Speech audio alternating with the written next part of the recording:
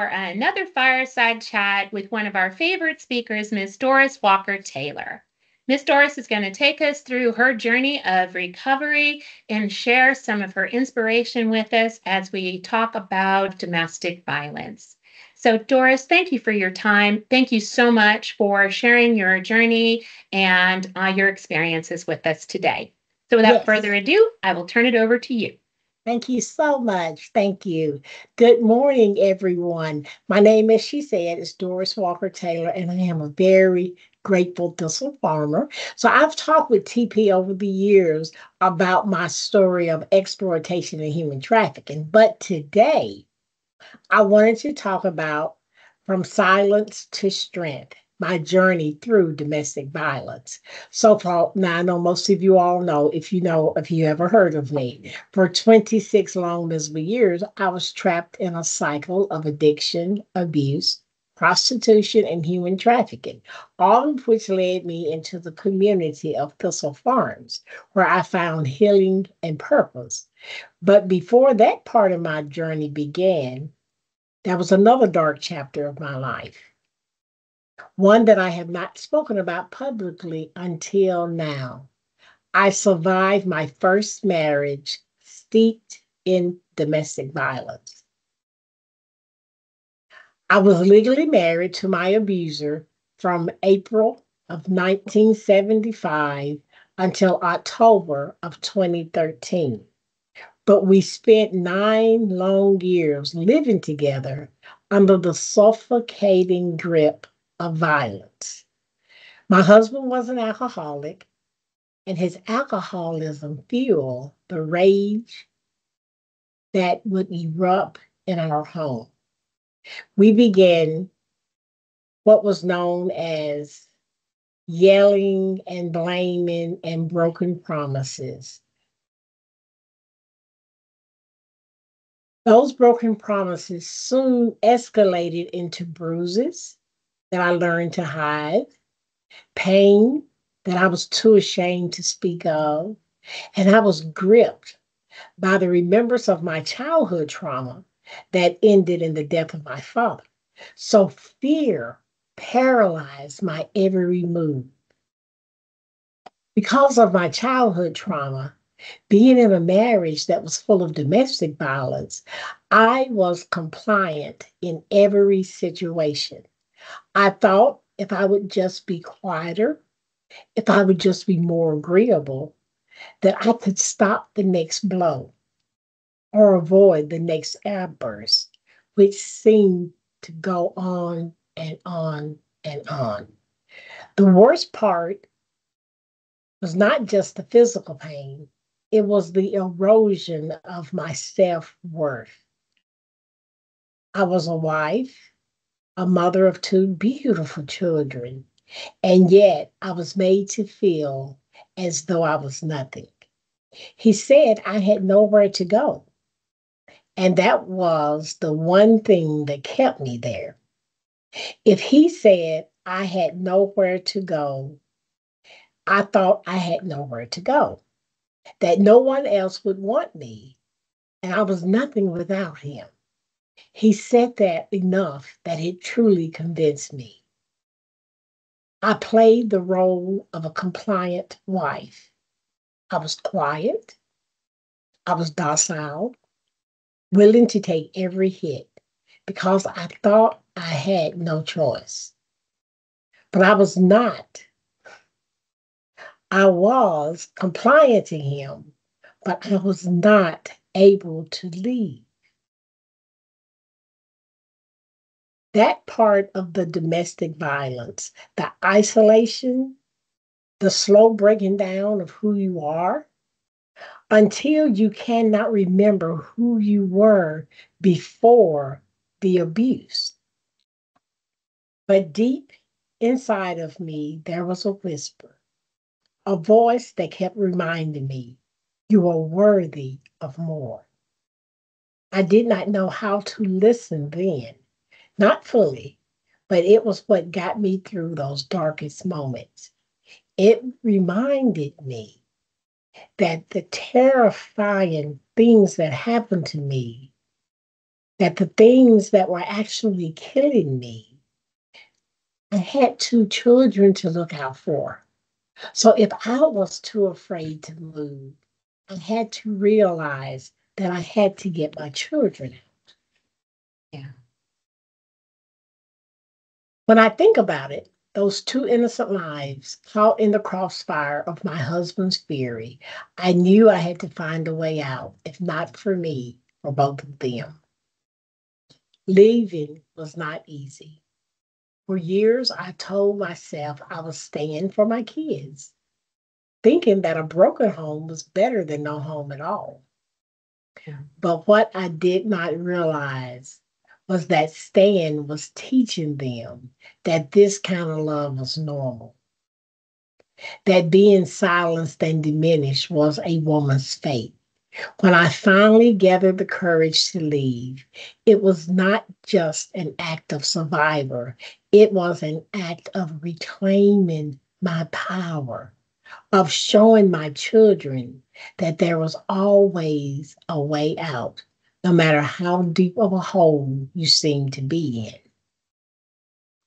So when I say women can find a way out, and I want to be all inclusive because there are men who are suffering from domestic violence.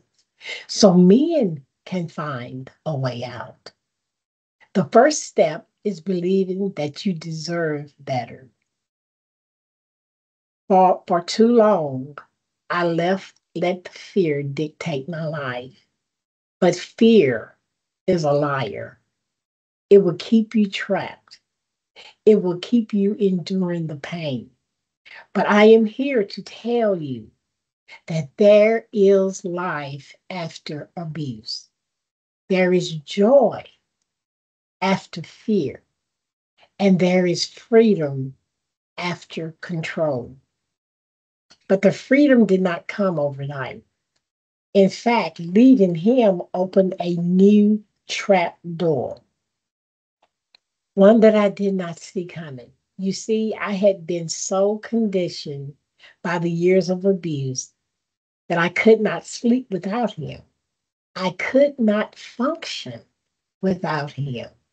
As much as I feared him, I also had become dependent on the very thing that was destroying me. I was lost.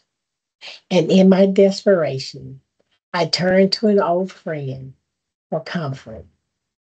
But that reunion led me down another dark path. It was then that I was introduced to cocaine. Just as a quick escape, I told myself. But that escape turned into an addiction, one that pulled me deeper into a world that I could not control. I traded one prison for another. From the toxic grip of domestic violence, I fell into the clutches of addiction. Cocaine became my master, and before I knew it, I was on the streets, selling my body to feed my habit that I thought ruled my life. I was trafficked, exploited, and completely stripped of any sense of who I was. The cycle of abuse continued, just with different faces, different circumstances, but the same deep pain. For 26 long, miserable years, I spiraled further and further away from myself. I was trapped in addiction, sold into prostitution, and felt like there was no way out. But deep down, I knew there had to be more.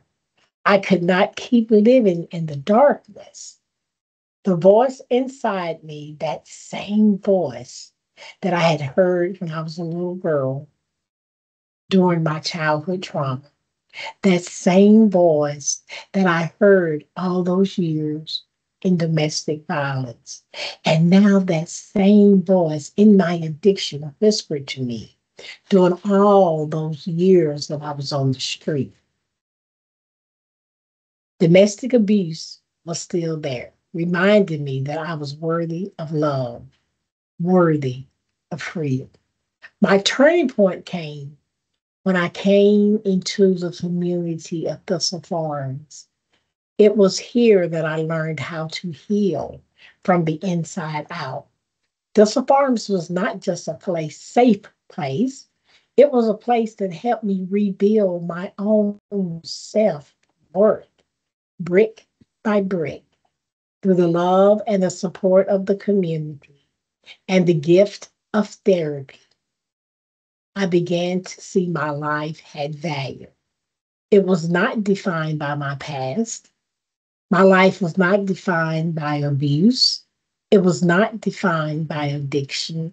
It was not defined by domestic violence. I was a woman restored with a purpose greater than I had ever imagined. Today, I stand here free from it all, free from the violence that I once was so afraid of, free from the addiction that tried to destroy me. I now know that I am worthy of love and respect. I know that my voice matters. And it was the awareness of my own self worth, that gift of the Thistle Farms community, and the healing power of therapy that brought me into this place of freedom. So I want to pause right here and just say, if you are trapped in a cycle of human trafficking, addiction, and abuse, if you are trapped in a cycle of domestic violence, there is a way out. You see, I learned once I got out and started looking at the statistics, I learned that some of us don't make it out. So while you are still alive and you are still breathing, get out. There is life after domestic violence. Don't teach your children to be doormats. Don't teach your children that you can't find a way out. I'm talking to women and I'm talking to men. Get out. There's a whole community waiting to help you. I am living proof as I stand here today, not just a survivor, but as a woman restored with a purpose greater than I ever imagined. It was not the end of my story. It was the fire that refined me, that gave me the strength to rise. And now I use my voice to help other women and other men reclaim their lives. I promise you, you are not alone. You are not weak and you are not unworthy. And I know you probably hear those words often because I heard them. You are never too far gone to find your way back to a life that you deserve. To every woman and to every man still caught in the cycle of abuse from domestic violence or from addiction, just know this: you are not alone, and your story does not end here. You are stronger than you think, and there is a way out. Freedom is possible, and you deserve it. You deserve it. I made a list of centers to help, different places that will help you. There are people, I always thought it was me against the world, but there are groups of folks that will help you. There is a national domestic violence hotline. The number is 1-800-799 SAFE. The word SAFE stands for 7233. You can also just text on your phone, START. Text the word START, START, to 88788. It's available 24/7. It is providing confidential support and guidance. There is also, you can contact your local authorities through 911. Just 911, that's worldwide. And someone will find law enforcement that will assist you. Seek shelter. Many communities have domestic violence shelters and safe houses. You see, I'm telling you this because I didn't know all this when I was in the midst of it. I thought it was just me. But there are safe houses that provide temporary accommodation. There is protection. There is support. You can contact local women's shelter. You can contact shelters for men if you're a man. There are social service agencies with more information. Please develop a safety plan. A safety plan will help you to prepare for leaving an abusive situation. This may include important documents, it may include saving money and emergency contacts. Keep all that in a very safe place. Reach out to support networks. Talk to trusted friends, family members, or coworkers about your situation. I always thought if I told my coworkers, they'd judge me. And when I told it, I found out that my coworkers supported me. They can provide emotional and practical support, legal assistance. You may be able to obtain a restraining order or a protective order against your abuser. There is help out there. I have more.